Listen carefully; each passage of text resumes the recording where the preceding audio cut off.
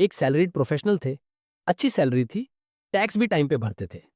फिर एक दिन सुबह उनका फोन बजा, इनकम टैक्स डिपार्टमेंट का नोटिस। वो हैरान हो गए।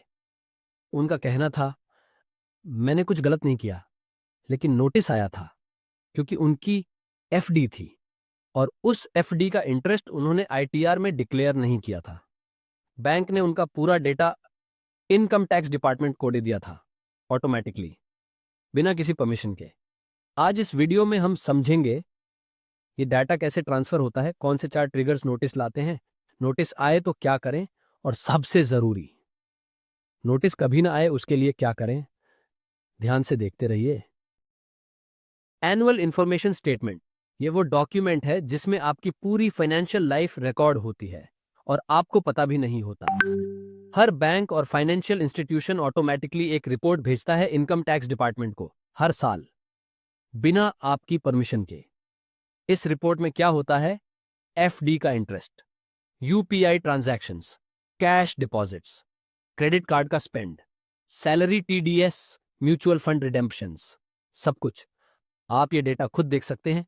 incometax.gov.in पे जाइए, AIS टैब खोलिए, आपका पूरा फाइनेंशियल रिकॉर्ड वहां होगा। अगर आपने ये कभी चेक नहीं किया तो अभी चेक करो, सीरियसली। चलिए अब समझें कौन से 4 ट्रिगर्स नोटिस लाते हैं। पहला, एफडी इंटरेस्ट इनकम। आपकी एफडी पे जो इंटरेस्ट मिला वो एआईएस में क्लियरली दिख रहा है। अगर आपने आईटीआर में डिक्लेयर नहीं किया, मिसमैच हो जाएगा, नोटिस आएगा। दूसरा, यूपीआई पेमेंट्स। अगर आपने किसी से पैसा रिसीव किया, फ्रीलांस के लिए, किसी सर्विस के लिए, वो भी ट्रैक होता है, खासकर अगर अमाउंट बड़ा हो। तीसरा, कैश डिपॉजिट्स। 1 साल में 10 लाख से ज्यादा cash deposit bank immediately report करता है। चौथा, क्रेडिट कार्ड स्पेंड। साल में 2 लाख से ज्यादा क्रेडिट कार्ड यूज किया, वो भी रिकॉर्ड होता है। और एक बात, 2026 में रेंट इनकम, फ्रीलांस इनकम और शेयर ट्रेडिंग प्रॉफिट भी एआईएस में आना शुरू हो गया है। सिर्फ ये 4 नहीं, सब कुछ ट्रैक हो रहा है। रुको 1 मिनट।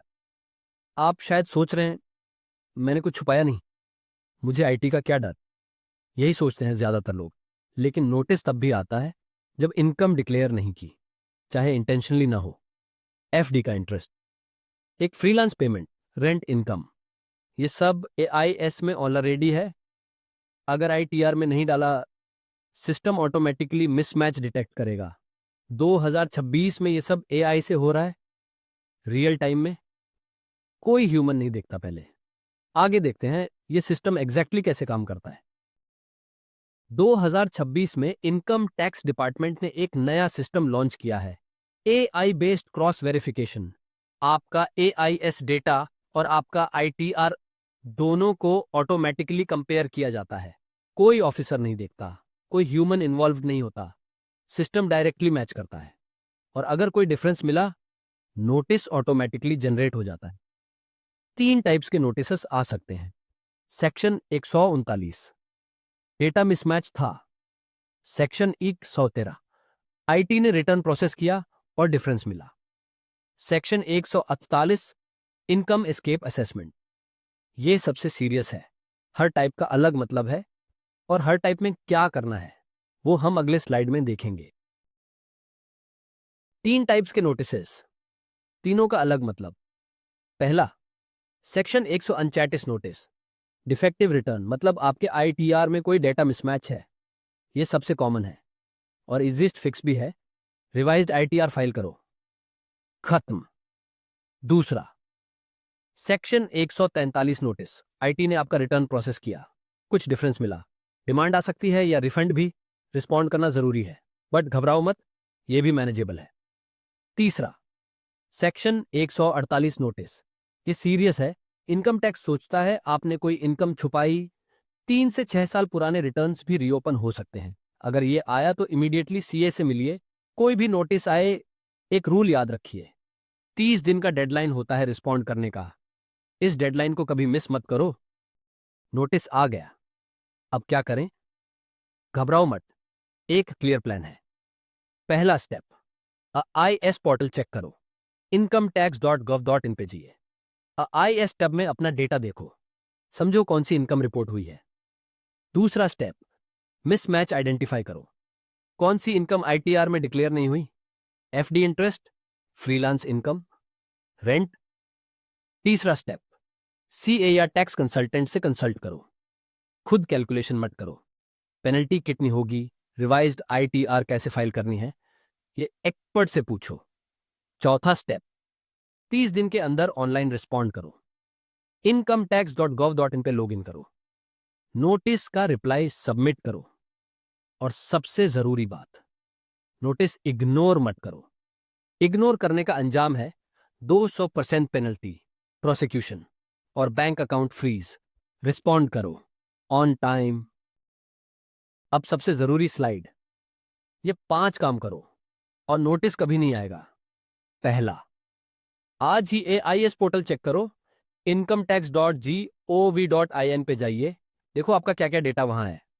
दूसरा, FD का इंटरेस्ट हर साल ITR में डिक्लेयर करो, income from other sources section में, मैंडेटरी है।